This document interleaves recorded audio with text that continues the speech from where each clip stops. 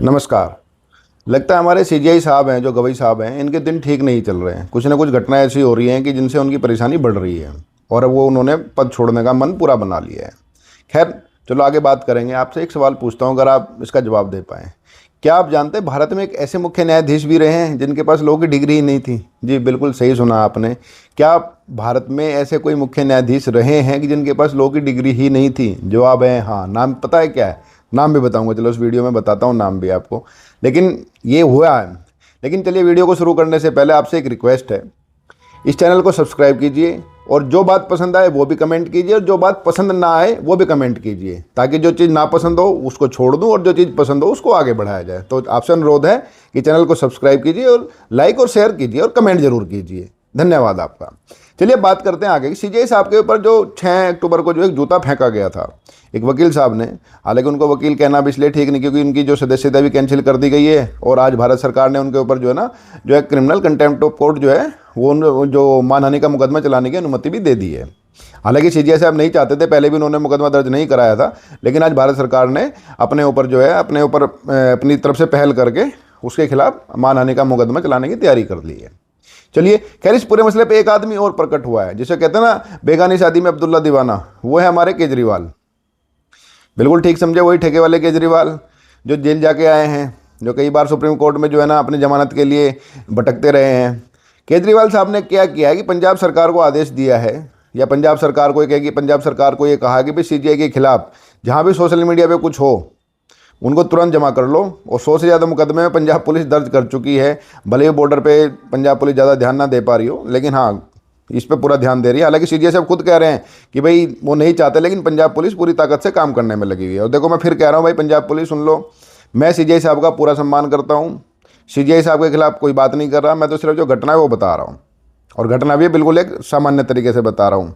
हाँ अच्छा याद, हाँ वो याद आ जाते हैं बीच बीच जैसे बात करते हैं ना, वो जस्टिस वर्मा साहब जो है, जिनके घर से दिल्ली में जब आग लग गई थी, जब फायर ब्रिगेड वाले आग बुझाने गए वहाँ, तो वहाँ जले हुए नोटों की बोरियाँ मिली, जिनकी वीडियो बनी, वायरल हुई, बाद में वो डिलीट कराई गई। अब मुझे तो पता नहीं भाई वो नोट असली थे नकली थे, लेकिन हाँ इतना ज़रूर है कि जस्टिस वर्मा साहब के यहाँ बोरियों में कुछ था। और भाई जिसके यहाँ जो है गांधी जी मतलब गांधी जी के नोट तो जो है गांधी जी के फ़ोटो वाले हैं सारे।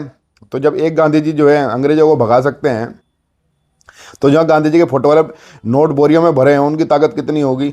और शायद ताकत का ही परिणाम था। हालांकि मैं कुछ नहीं कह रहा हूँ वर्मा साहब, आप बढ़िया आदमी हैं, ईमानदार जज हैं आप। हाँ, हालांकि उस घटना के बाद जस्टिस वर्मा साहब को इलाहाबाद भेजा गया था, लेकिन अब इलाहाबाद में भी अपना क्या कर रहे हैं वही दुनिया जाने। लेकिन उनके खिलाफ हुआ कुछ नहीं, मोटा मोटी ये है जिसको कहते हैं ना कि भाई बॉटम लाइन ये है कि उनके खिलाफ हुआ कुछ नहीं। किसी और के घर से अगर नोट पकड़े जाते तो अब तक एफआईआर हो चुकी होती, वो जेल में होता। लेकिन भाई वो तो जस्टिस वर्मा साहब हैं, और भाई जज तो जज होते हैं, जज तो भगवान का रूप होते हैं, तो उनके खिलाफ तो कोई बोले। ना सरकार ने कुछ किया, ना सुप्रीम कोर्ट ने कुछ किया, और बाकी तो कौन करेगा ही क्या। केंद्र सरकार भी चुप्पी साध के बैठ गई। धनखड़ साहब ने एक बार जरूर बोला था, लेकिन धनखड़ साहब तो बेचारे अपने खुद की कुर्सी नहीं बचा पाए, वो तो उनकी तो जयराम जी की हो गई। खैर चलिए, आज की फिलहाल की घटना पे हम आते हैं। अब जब चीफ जस्टिस की तरफ जूता उछाला था जिस व्यक्ति ने, हालांकि जूता लगा नहीं था, और जूता नहीं लगा था का मतलब ये बिल्कुल, मेरा कहने का मतलब ये नहीं कि लगना चाहिए था, बिल्कुल नहीं लगना चाहिए था। किसी भी न्यायिक व्यवस्था में, किसी भी लोकतांत्रिक देश में अपना विरोध प्रकट करने के तरीके बहुत हैं। लेकिन हाँ, इतना मेरा जरूर मानना है कि सीजीआई साहब को जो भगवान विष्णु को लेकर के जो उन्होंने टिप्पणी की थी, कि उनके सामने जब एक याचिका आई थी, जिस याचिका में ये कहा गया था कि मूर्ति का रिस्टोरेशन होना चाहिए, तो उसमें टिप्पणी कर दी थी सीजीआई साहब ने कि भाई भगवान विष्णु के पास जाओ, वही मूर्ति बना देंगे। तो ये इस टिप्पणी से भी जो है सीजीआई साहब को बचना चाहिए था। वो देखिए, देश के मुख्य न्यायाधीश है, वो सबसे मतलब न्यायिक परिवार के पहले व्यक्ति हैं, न्यायिक परिवार के पूरे न्यायिक व्यवस्था के पूरे मुखिया हैं, उनको इस तरह की टिप्पणी से बचना चाहिए था। खैर, उस टिप्पणी से हाथ होकर के उसने, वकील ने जो है वो, जिसको मैं कह रहा हूँ शायद वकील अपना कहना ठीक नहीं है, उन्हें जूता उछाल दिया। उसके बाद पूरे दुनिया में हड़कंप मच गया, भारत में भी हड़कंप मच गया कि हुआ क्या है। तो इस घटना के बाद यहाँ तो पूरी की पूरी सरकार हिल गई कि भाई कैसे व्यवस्था मजबूत हो, कैसे सुरक्षा व्यवस्था मजबूत की जाए। इसके बाद जो है ना, एक घटना और हो गई है। इस घटना में भी एक व्यक्ति ने जो है, उसके जिस व्यक्ति मतलब जो मुकदमा चल रहा था उस व्यक्ति के जो दोषी लोग थे, मतलब कि वो तो व्यक्ति पीड़ित था, जज साहब ने वो दोषी जो पीड़ित के पक्ष के जो लोग थे उन आरोपियों को छोड़ दिया। मतलब कि एक आदमी जब मुकदमा लेके अदालत में गया था, तो अदालत में जिनके खिलाफ वो गया था मुकदमा लेकर के, उन सभी आरोपियों को कोर्ट ने, जज साहब ने छोड़ दिया। तो जज साहब के छोड़ने के बाद ये व्यक्ति इतना गुस्सा हो गया कि इसने जूता निकाल लिया, जज साहब की तरफ के जो है फेंक मारा। हालांकि लगा वहाँ पे नहीं, और ये घटना अहमदाबाद की हुई है, सीजीआई साहब की घटना के बाद की। इससे पूरा का पूरा जो न्यायिक व्यवस्था है वो हिली हुई है। और सुरक्षा को तेज करने की, और एक बीच में जो है जोली LLB एक जो पिक्चर आ रही है उसका भी एक बड़ा सीन वायरल हो रहा है कि जूतों को बाहर निकाल के आने के लिए जज साहब कहने वाले हैं, लेकिन ऐसा नहीं है। सीजीआई साहब खुद कार्रवाई नहीं चाहते थे, वो तो खमाखा पंजाब में वो कहते ना अब्दुल्ला की शादी में बेगाना दीवाना, वो कहावत हालांकि मैंने उल्टी बोली है जानबूझ कर ताकि आपका ध्यान रहे, तो वो खमाखा मुकदमे दर्ज कर रही है। तो सुरक्षा व्यवस्था मजबूत होनी चाहिए, लेकिन सीजीआई साहब को और पूरी सरकार को ये भी सोचना चाहिए कि सुरक्षा व्यवस्था केवल जजों की नहीं होनी चाहिए, आम आदमी की भी होनी चाहिए। क्योंकि जो न्यायालय है, ये न्यायालय कोई छोले भटूरे मोमोज पिज़्ज़ा डिलीवरी के लिए नहीं है। यहाँ पे आदमी तब जाता है जब वो त्रस्त हो जाता है हर तरह की व्यवस्था से, जब उसकी कोई उम्मीद नहीं बचती उसके पास, जब उसकी अप्रोच खत्म हो जाती है, जब उसके पास पैसे नहीं होते हैं, जब उसके पास कोई सुनता नहीं है, तब वो न्यायालय का दरवाज़ा खटखटाता है। तो एक जूता जो उछला है सीजीआई साहब की तरफ, उससे न्याय व्यवस्था तो हिल गई है, लेकिन जो आज रोज़ वहाँ पे करोड़ों आदमियों के जो अदालतों के चक्कर खाते हुए जो उनके जूते घिस रहे हैं, उसकी तरफ किसी का ध्यान नहीं है।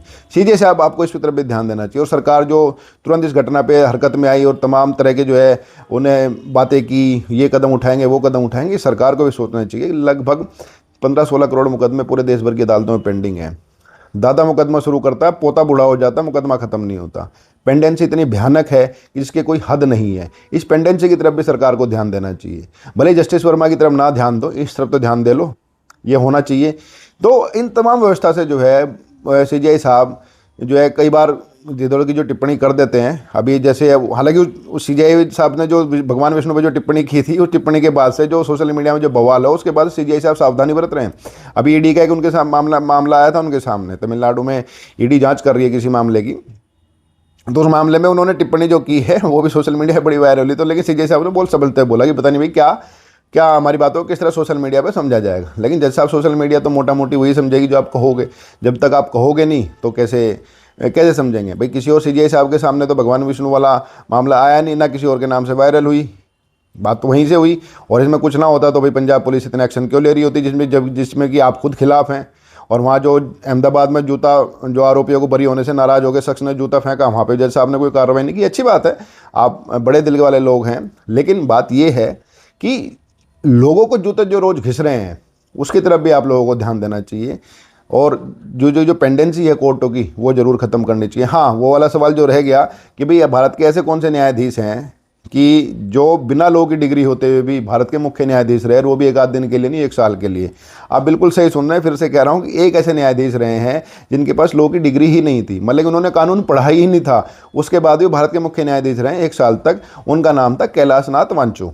वो रहे 1967 से लेकर 1968 तक। उस समय इंदिरा गांधी प्रधानमंत्री थी। इंदिरा गांधी ने कैलाशनाथ वांचू को 1 साल के लिए मुख्य न्यायाधीश बनाया था भारत का। उन्होंने बड़े अच्छे फैसले किए उस दौरान, खास करके जो है सरकार को जो फैसले बहुत अच्छे लगे, बात ये रही है।